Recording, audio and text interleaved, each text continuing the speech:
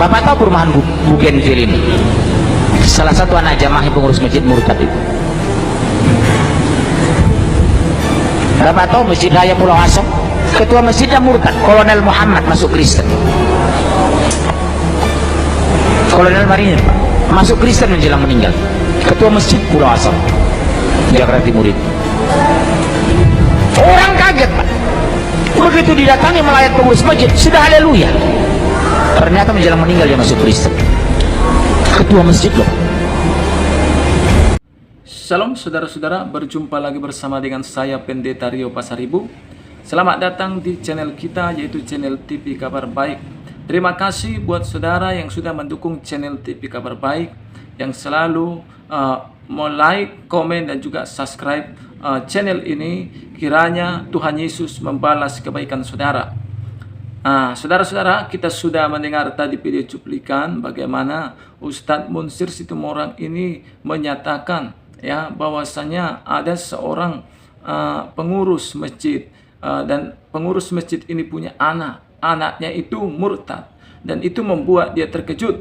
Dan bahkan yang membuat dia lebih terkejut ataupun kaget ketika ada seorang ketua masjid yang bernama Kolonel, yaitu Muhammad, percaya kepada Yesus, yang mana dikatakan ketika dia sebelum meninggal dia sudah mengikut Tuhan Yesus Kristus. Dan inilah yang membuat dia lebih terkejut lagi.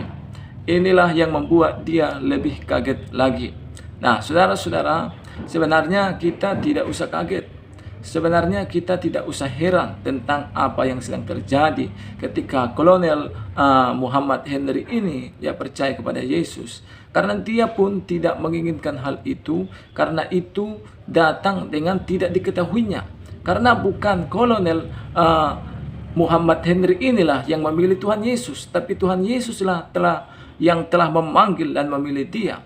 Jadi kalau Tuhan Yesus yang telah memanggil dan memilih dia, dia tidak bisa berbuat apa-apa. Dia hanya mengatakan ya, kalau memang dia mau diselamatkan. Tapi puji Tuhan, Kolonel Henry ini, Muhammad Henry ini percaya kepada Yesus, sehingga ketika dia meninggal, dia menerima keselamatan dari Tuhan Yesus. Ini adalah berkat rohani yang sangat besar yang telah didapatkannya. Mari kita saksikan video cuplikannya. Seperti apa video cuplikannya? Kita saksikan video berikut ini. Enggak melakukan perlawanan sama sekali sampai Yesus mikul salib, sampai Yesus mati di kayu salib. Dan saya melihat itu bukan kalau bukan Tuhan, nggak mungkin Yesus melakukan itu. Nggak mungkin Yesus melakukan mikul salib sampai selesai. Dia katakan sudah selesai. Dan saya menyadari betul bahwa di situ Tuhan datang ke dunia itu adalah untuk menebus dosa manusia, termasuk dosa saya. Sehingga saya menangis terus. Bahkan ketika saya sholat pun saya berdoa kepada Yesus, Tuhan Yesus, ampuni saya orang yang berdosa, ampuni saya. Dan ketika saya kembali, saya katakan, aku kok dihadapi kayak begini, saya bilang. Aku kok ngebayangin Yesus, dia bilang. Itu kamu sedang dijamah Yesus, kamu mesti responin, kamu mesti percaya bahwa Yesus adalah Tuhan yang selamat kamu. Dia bilang, enggak, saya bilang, enggak mungkin. Itu saya cuman terobsesi dengan film Passion. Enggak ada pengaruhnya buat saya. Enggak ada. Saya masih mengeraskan hati saya.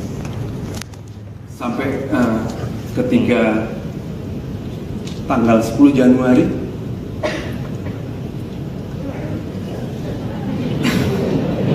karena dibatasi waktu. Tanggal 10 Januari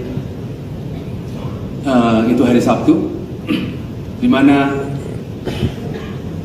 istri saya nggak pernah mau untuk terima campur aduk dengan meeting bisnis begitu. Sabtu dia hanya siapkan untuk acara keluarga.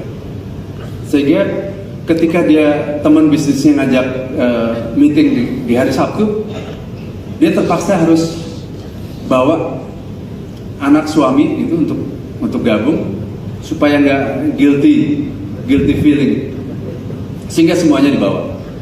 Kami ikut dia meeting, dan meeting bukan cuma sekali 2 kali, 3 kali, dari breakfast meeting, lunch sampai dinner. Sehingga anak-anak juga sudah kecapean ketika tiba di rumah. 10:30 kami baru selesai. Anak-anak sudah kecapean.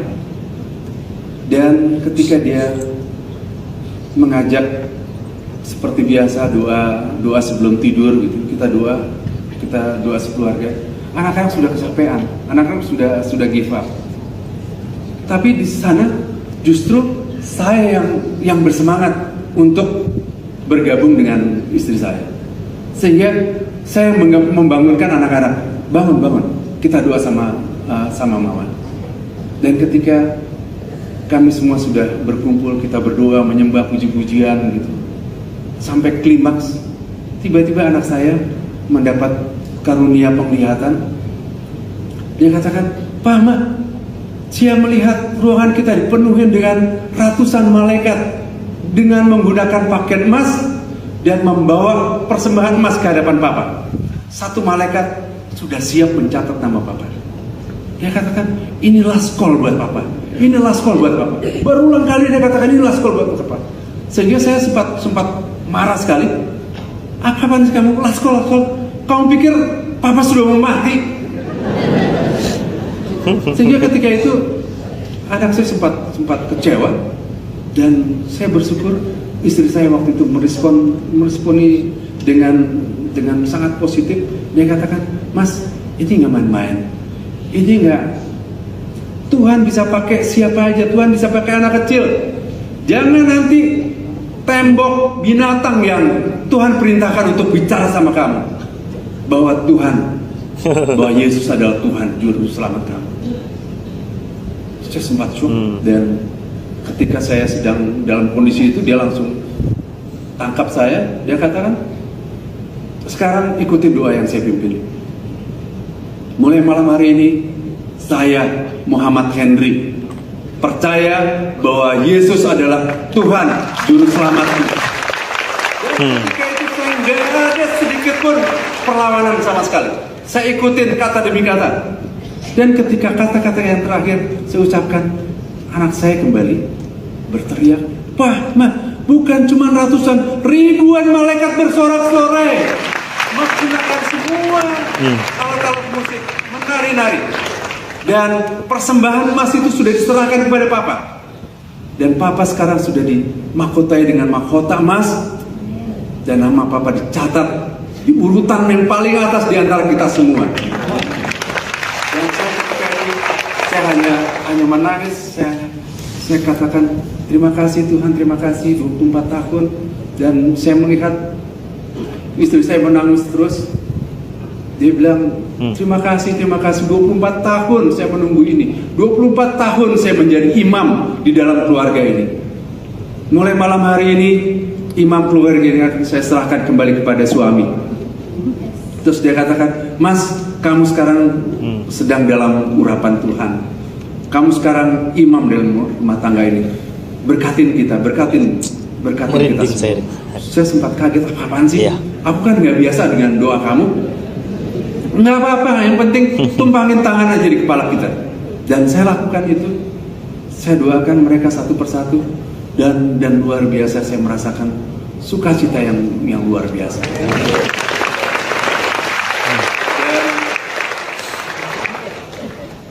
Nggak terasa sampai dengan 2:30 pagi kita baru selesai menyelesaikan persekutuan keluarga, dan di situ saya baru tersentak.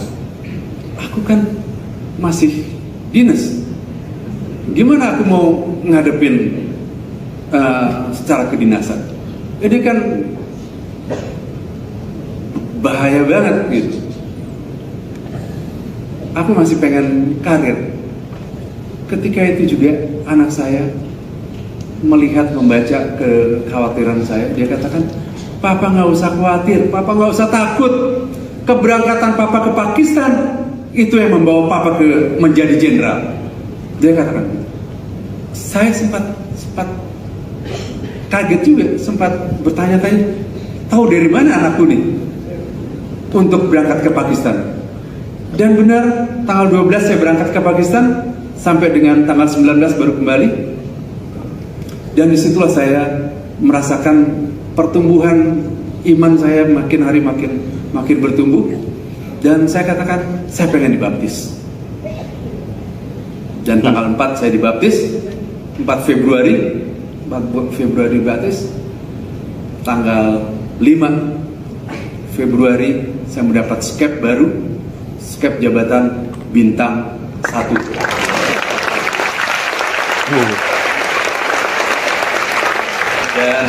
Dan ketika tanggal 4 dibaptis, banyak keluarga yang hadir, semua sukacita melihat saya diselamatkan, foto, kemudian upload di Facebook, bahkan wartawan rohani juga ikut hadir. Dia juga dengan bangga membuat di tabloidnya foto saya besar-besar dengan pakaian jubah pendeta yang tanda salib besar di depan badan saya begitu, dipasang di tabloidnya di halaman depan dan belakang. Dengan bangganya ditulis Kolonel Muhammad Henry akhirnya menjadi Kristen. Dan itu tersebar kemana-mana. Sosial media nggak bisa kita bendung, sampai ke tangan kasar, sampai ke aspal. Dan beliau bereaksi sangat keras. Dia katakan, bagaimana mungkin Muhammad menjadi Kristen? Bagaimana mungkin Muhammad menjadi pengikut Kristus? BAP segera proses.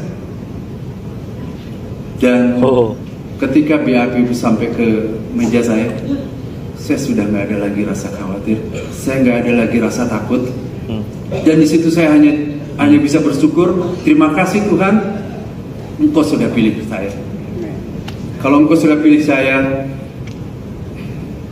Engkau akan memberikan jalan keluar. Kalau Tuhan sudah angkat saya, nggak ada orang yang bisa menurunkan saya. Kalau Tuhan yang sudah buka pintu buat saya, nggak ada orang yang bisa tutup. Saya percaya waktunya Tuhan indah pada waktunya. Tuhan Yesus memberkati.